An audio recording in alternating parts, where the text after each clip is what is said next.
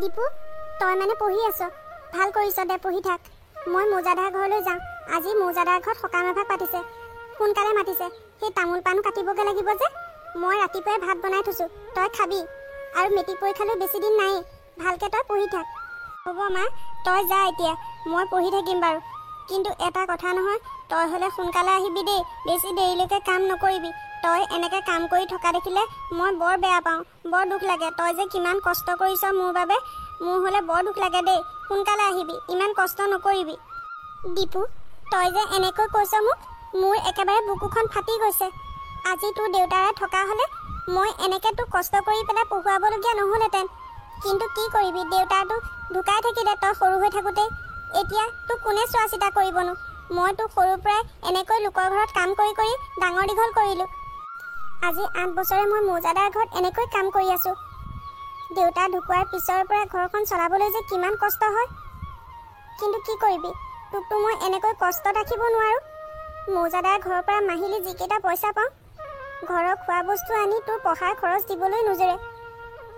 কিন্তু কি কৰিবি, এনেকৈ কষ্ট কৰি পঢ়িব লাগিব, উপায়তো নাই। মা, আমাৰ গাঁওখনৰ প্ৰায়বিলাক মানুহেই দুখীয়া। তেওঁলোকৰ অভাৱ অনাটনবোৰ দেখিলে মোৰ বৰ দুখ লাগে মা। কেৱল মৌজাদাৰ ঘৰৰ বাহিৰে আমাৰ গাঁওখনৰ প্ৰায়বিলাক মানুহেই কাম কৰিয়ে ভাত খাবলগীয়া হয়। সেইবোৰ দেখিলে মই বৰ কষ্ট পাওঁ। তেওঁলোকে নিজৰ ল'ৰা ছোৱালীকো বৰ কষ্ট কৰি পঢ়ুৱাবলগীয়া হৈছে। আমাৰ এই দুখবিলাক কেতিয়া আঁতৰিব মা? তই বৰ ডাঙৰ কথা এটা ক'লি অ' দীপু। আজি তই কেৱল নিজৰ কথা নহয়, লোকৰ কথাও চিন্তা কৰিছ। গাঁওখনৰ প্ৰত্যেকজন মানুহে যে দুখত আছে তই উপলব্ধি কৰিছ। আমাৰ গাঁওখনৰ দুখবিলাক আঁতৰিব এদিন দীপু। গাঁওখনৰ প্ৰত্যেক ল'ৰা ছোৱালীয়ে যদি পঢ়ি শুনি ভাল মানুহ হয়, ডাঙৰ মানুহ হয়, তেওঁলোকে নিজৰ ঘৰখন মাক দেউতাকক এদিন সুখী কৰিব নিশ্চয় পাৰিব। গাঁওখনৰ অভাৱ অনাটনবিলাক এদিন দূৰ কৰিব পাৰিব। কিন্তু ইয়াৰ বাবে লাগিব গাঁওখনত উচ্চ শিক্ষা। আৰু সেই উচ্চ শিক্ষাৰে যদি কোনোবাই ডাঙৰ চাকৰি কৰি তেওঁলোকৰ অভাৱবিলাক পূৰণ কৰিব পাৰে, তেতিয়াহে আমাৰ গাঁওখনৰ উন্নতি হ'ব। মা, আমাৰ গাঁওখনৰ প্ৰত্যেক ঘৰ মানুহে নদীৰ পৰা পানী আনি ফিল্টাৰ কৰি খায়। কিন্তু সেয়া পৰিষ্কাৰ হয় জানো মা? এনেকৈ যদি কেতিয়াবা অপৰিষ্কাৰ পানী খায়, তেনেহ'লে বেমাৰত পৰে। তেতিয়া কি হ'ব মা? গাঁওখনৰ প্ৰত্যেক ঘৰ মানুহ এজন ৰোগীয়া হৈ পৰিব। আমাৰ গাঁওখনত পৰিষ্কাৰ পানীৰ খুব প্ৰয়োজন মা। তই ঠিকেই কৈছ দীপু। আমাৰ গাঁওখনত সঁচাকৈ খোৱা পানীৰ অভাৱ। আমিও নদীৰ পৰাই পানী আনি ফিল্টাৰ কৰি খাবলগীয়া হয়। কেতিয়াবা এনেকুৱা লাগে, ঘৰতে যদি আমাৰ খোৱা পানীৰ সুবিধা থাকিলে হয়, তেতিয়া হয়তো মানুহবিলাকৰ ইমান কষ্ট নাথাকিলেহেঁতেন। সঁচাকৈ এই অভাৱবিলাক কেতিয়া দূৰ হ'ব চাগৈ? মা, এতিয়া মই ভালদৰে পঢ়া শুনা কৰিব লাগিব আৰু UPSC পৰীক্ষা দিব লাগিব। আৰু UPSC পৰীক্ষা দি মই এদিন IAS বিষয়া হ'ম। তেতিয়া আমাৰ গাঁৱৰ অভাৱ অনাটনবিলাক মই সকলোৰে দূৰ কৰিম। মই মোৰ দৰমহাৰ পইচাৰে গাঁওখনত প্ৰত্যেকৰ ঘৰত পানী যোগান দিম। তই চাবি মা, মই এদিন এয়া কৰি দেখুৱামেই। দীপু, তই বয়সত ইমান সৰু যদিও আজি তই বৰ ডাঙৰ ডাঙৰ কথা ভাবিব পৰা হ'লি। মোৰ বিশ্বাস আছে তই এদিন নিশ্চয় এই কাম কৰি দেখুৱাবি। আৰু এদিন তই তোৰ প্ৰয়াত দেউতাৰ নাম উজ্বলাব পাৰিবি। দীপু, তই যেতিয়া জন্ম হৈছিলি তেতিয়া তোৰ দেউতাই কি কৈছিল জান?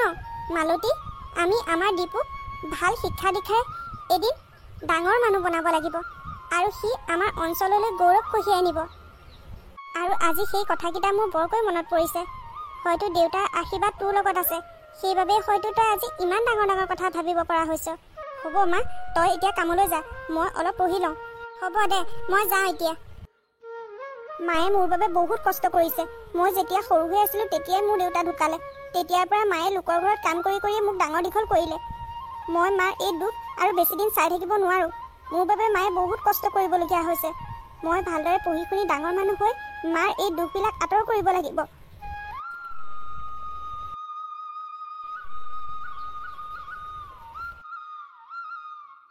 মালতী, অ' মালতী, দীপুৰ পৰীক্ষা পালেহিয়ে নহয়, আৰু এমাহে বাকী আছে। সি বাৰু ভালদৰে পঢ়া শুনা কৰিছেনে? অঁ নবৌ, মোৰ বৰ ভয় লাগি আছে। পৰীক্ষালৈ মাত্ৰ এমাহে বাকী আছে। তাক মই পঢ়িবলৈ দি থৈ আহিছোঁ। মোৰ আকৌ সি আজি মৌজাদাৰ ঘৰত সকাম ভাগ আছে নহয়। মৌজাদাৰে সোনকালে মাতিছিলে, সেইকাৰণে কামলৈ আহিছোঁ। সি ঘৰত পঢ়ি আছে। তই চিন্তা নকৰিবি মালতী, তোৰ দীপু সৰুৰে পৰা ভাল, পঢ়া শুনা আৰু অমায়িক সকলো গুণেই তাৰ আছে। সি যে মেট্ৰিকত ফলাফল ভাল কৰিব সকলোৱে আশা কৰি আছে, আৰু সি এদিন আমাৰ গাঁওখনলৈ গৌৰৱ কঢ়িয়াই আনিব। তাকে সেও নবৌ, আজি আমাৰ দীপুৱে বৰ ডাঙৰ ডাঙৰ কথা কৈছে। সি কি কৈছে জানে? আমাৰ গাঁওখনৰ হেনো খোৱা পানীৰ যে অভাৱ, সেইটো সি লক্ষ্য নকৰা নহয়। আৰু এদিন যে সি খোৱা পানীৰ অভাৱ দূৰ কৰিব, সেই কথা আজি মোক কৈছে। আৰু পঢ়ি শুনি হেনো সি ভাল মানুহ হৈ চাকৰি কৰি আমাৰ গাঁওখনৰ অভাৱ অনাটনবিলাক হেনো দূৰ কৰিব। সি দেখিছেনে বাৰু ইমান ডাঙৰ কথা ক'ব পৰা হ'ল? সিচোন বৰ ডাঙৰ ডাঙৰ কথা ভাবিব পৰা হ'ল মালতী। সেইকাৰণে যি মূলা বাঢ়িব তাৰ দুপাততে চিন। সি যে ভাল মানুহ হ'ব সেইটো তাৰ লক্ষণেই কয়। নাজানো আৰু নবৌ, আগলৈ বাৰু মই ইমান চিন্তা কৰা নাই। বৰ্তমান সি ভালে ভালে মেট্ৰিকটো দিয়ক আৰু ভাল ফলাফল এটা কৰক। সি কৰি খোৱালেও নোখোৱালেও মইতো তাক সদায় কৰি এনেকৈ খুৱাই থাকিব লাগিব। কিন্তু ভগৱানে তাক সদায় এনেদৰে আশীৰ্বাদ দি থাকক, আৰু আপোনালোকেও তাক সদায় এনেদৰে আশীৰ্বাদ কৰি থাকিব। হ'ব হ'ব, যা মালতী, তই এতিয়া কামলৈ যা। অঁ মালতী, তই কামলৈ আহিলি নেকি? হয় ককাইদেউ, মই কামলৈ যাওঁ। অঁ ৰবিচোন, এই দীপুৰ পৰীক্ষালৈ আৰু বেছি দিন নাই নহয়। সি ভালদৰে পঢ়া শুনা কৰিছেনে বাৰু? কৰিছে ককাইদেউ, সি ভালদৰে পঢ়া শুনা কৰিছে। তাকেইতো, সিটো আগৰ পৰা ভালেই পঢ়া শুনাত। আৰু ৰবিচোন, তই বৰ চিন্তা নকৰিবি দেই। এইবাৰ মই বছৰেকৰ ধান কিমুঠি বেছি পইচা কেইটামান তালৈ থৈ দিছোঁ। সি যদি ভালদৰে পৰীক্ষাত পাছ কৰে, মই তাক সেইকেইটা পৰীক্ষাৰ পিছত ভালদৰে পঢ়িবলৈ দিম।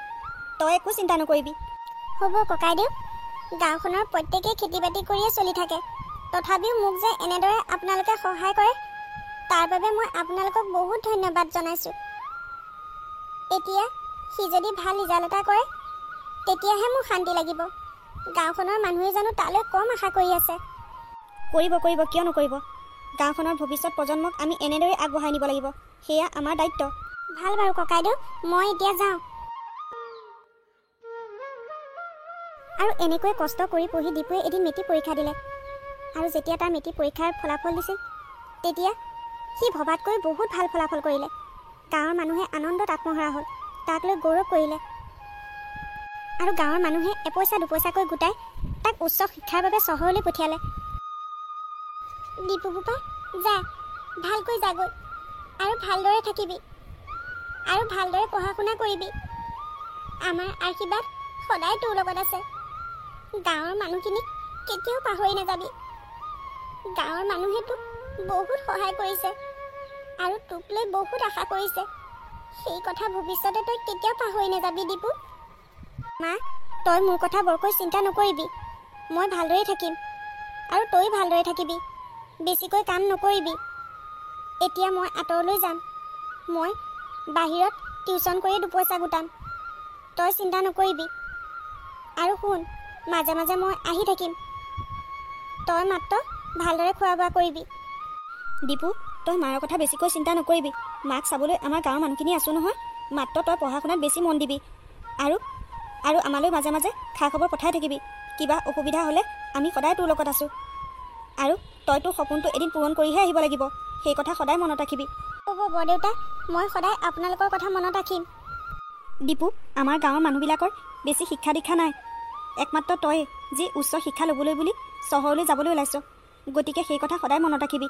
ভৱিষ্যতে যাতে আমাৰ গাঁৱৰ পিছৰ প্ৰজন্মটো যাতে শিক্ষা দীক্ষাত আগবাঢ়ি যাব পাৰে, তাৰ বাবে তোৰ অনুপ্ৰেৰণা সদায় লাগিব। সেই কথা তই সদায় মনত ৰাখিবি। হ'ব বৰদেউতা, মই সদায় আপোনাৰ কথা মনত ৰাখিম। আৰু আমাৰ গাঁওখনক উন্নতি কৰিবলৈ মই আপ্ৰাণ চেষ্টা কৰিম। আমাৰ গাঁওখনৰ সকলো সমস্যা এদিন মই দূৰ কৰিম। এতিয়া মই যাওঁ বৰদেউতা। ঠিক আছে বাৰু দীপু, তই এতিয়া যা। আৰু শুন, বাটত কিবা এটা খাই ল'বিগৈ। হ'ব বৰদেউতা।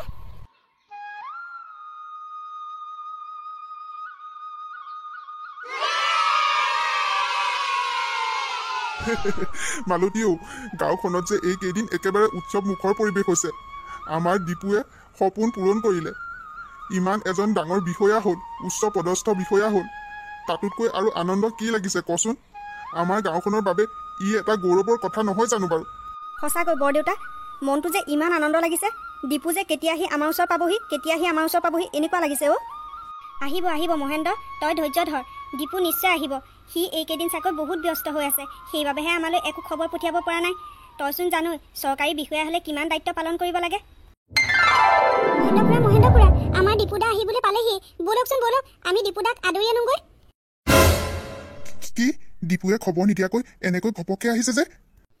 অঁ বৰদেউতা, দীপুদাই বোলে মৌজাদাৰ ঘৰলৈ যোৱাকালিয়ে খবৰ দিলে, কিন্তু মৌজাদাৰক বোলে ক'বলৈ মানা কৰি আছিলে। দীপুদাই বোলে আমাক ছাৰপ্ৰাইজ দিম বুলি ভাবিলে, সেইকাৰণেহে কাকো কোৱা নাছিলে। কি? তই পালিহি? এনেকৈ আহি আমাক ইমান আচৰিত কৰি দিবি বুলি ভবাই নাছিলো। তোৰ কথাকে আমি সকলোৱে আলোচনা কৰি আছিলো। ইমান দিনে তই কিয় খবৰ দিয়া নাছিলি এতিয়াহে গম পালো। তই মানে আমাক আচৰিত কৰিম বুলিয়ে আহিলি এনেকৈ। বৰদেউতা, মৌজাদাৰ ঘৰত মই খবৰটো দিছিলোঁ, কিন্তু মইহে তেওঁলোকক ক'বলৈ মানা কৰিছিলোঁ। মই ভাবিলোঁ গাঁৱৰ মানুহখিনিক মই এটা ছাৰপ্ৰাইজ দিমগৈ। আজি সেইকাৰণে মই এনেকৈ আহি ওলালোহি। আপোনালোকৰ সকলোৰে ভালনে বৰদেউতা? দীপু বোপা, আমাৰ গাঁৱৰ সকলোৰে ভাল। তই চাকৰি পোৱা দিনাখনৰ পৰা আমাৰ গাঁৱত এটা আনন্দত উৎসৱমুখৰ পৰিৱেশ হৈ আছে। সকলোৱে বহুত ফূৰ্তি কৰিছে। তোৰ এই খবৰটো শুনি কিমান যে আনন্দ লাগিছে আমাৰ সকলোৰে। আমাৰ গাঁওখনৰ বাবে কম গৌৰৱৰ কথা জানো এইটো? আমাৰ দীপু বোপাক যে এই সাজটোত ইমান ধুনীয়াটো লাগিছে। ডাঙৰ অফিচাৰ হৈ গ'ল এতিয়া আমাৰ দীপু বোপা। আমাৰ বাবে কম গৌৰৱৰ কথা নে?